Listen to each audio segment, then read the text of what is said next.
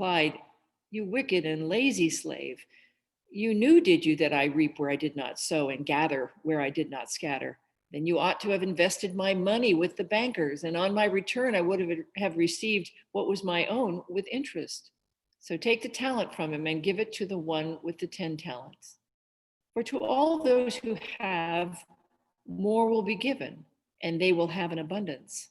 But from those who have nothing, even what they have will be taken away. As for this worthless slave, throw him into the outer darkness where there will be weeping and gnashing of teeth." The Gospel of the Lord. Praise to you, Lord Christ.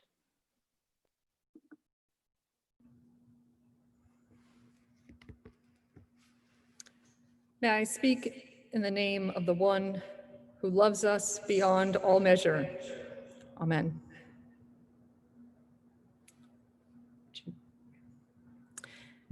Imagine our world today without mathematical insights of Albert Einstein that revolutionized our understanding of time and space, or the scientific discoveries of Marie Curie that led to treatments for cancer, or Rachel Carson's breakthroughs about the care of the environment.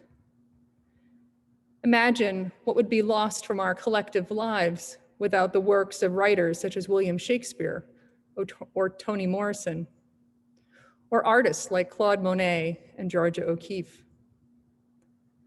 Imagine a world that did not have the leadership or oratory skills of leaders such as Abraham Lincoln or Martin Luther King Jr.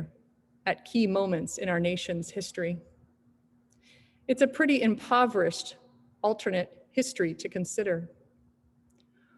Or imagine our individual lives without that teacher or coach who inspired us to try harder or believe in ourselves more, or the one who opened a door to a passion that led to our life's work, or some other source of joy for us, like how to sing or make music upon an instrument. Or let us for a moment imagine our having grown up without that parent or grandparent or godparent who let us know how much we were loved, no matter what our teenage struggles or other mistakes, so-called, were or might have been. It's a pretty impoverished alternative existence to imagine. I know my life would not have been the same.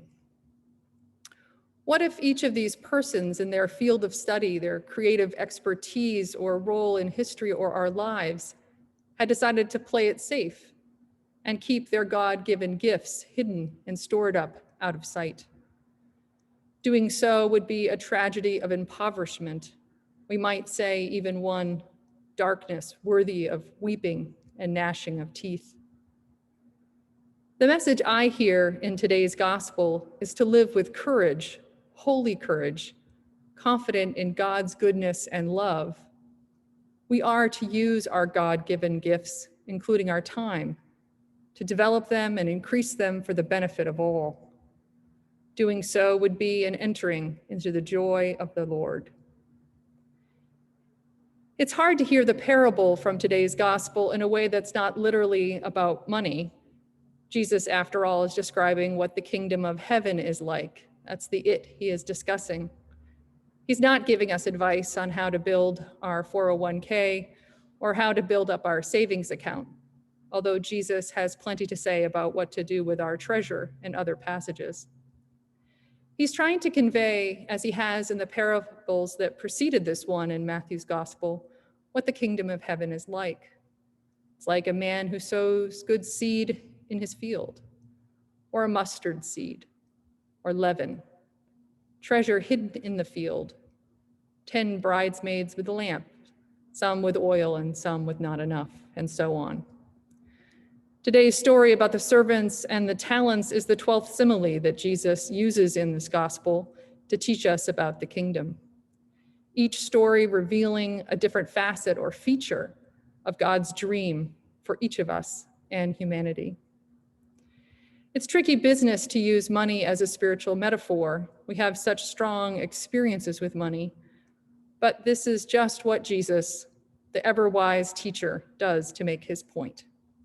He uses something tangible from everyday life, money, to blow our minds wide open in order to help us think differently about God and the way to live our lives. A talent was about 15 years of wages for a laborer. So being given 5 talents was like being given 75 years of wages, and 2 talents, 30 years of wages, and 1 talent, 15 years of wages.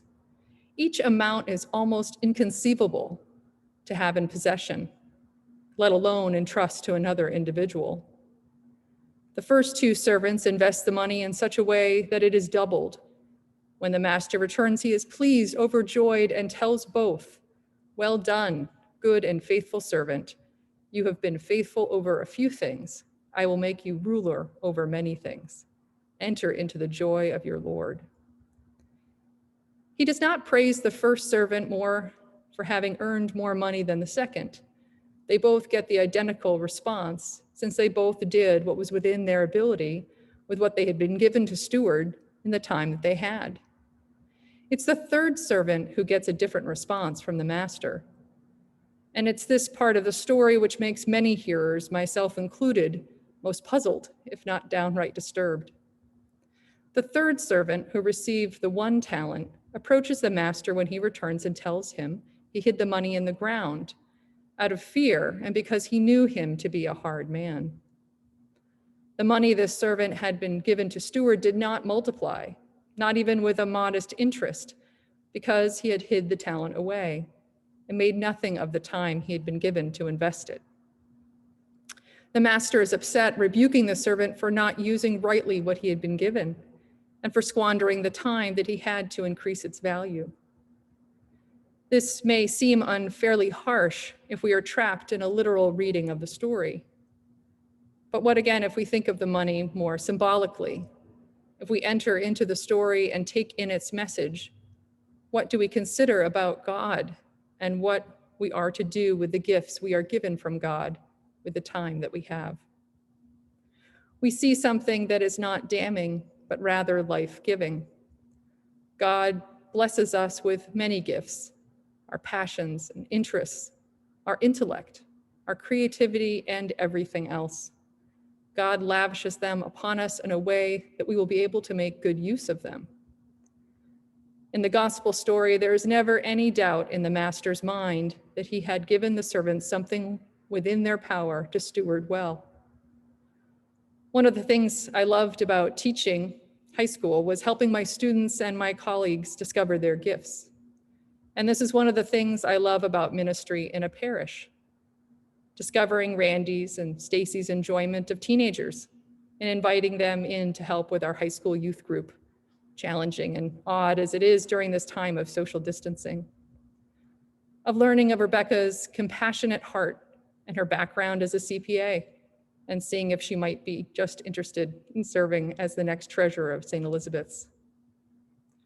Or of witnessing Sarah and Meredith's connection to God through prayer and suggesting to Connie that each be invited to join the team of those who lead us in intercessory prayers on Sunday. In a spiritual community, we notice one another's gifts and invite them to multiply. These gifts by being used, not hidden away. And this isn't just up to the clergy or staff. We all do this for one another. Take, for example, the team of Zergers who run the technology behind the scenes to make our worship flow so smoothly.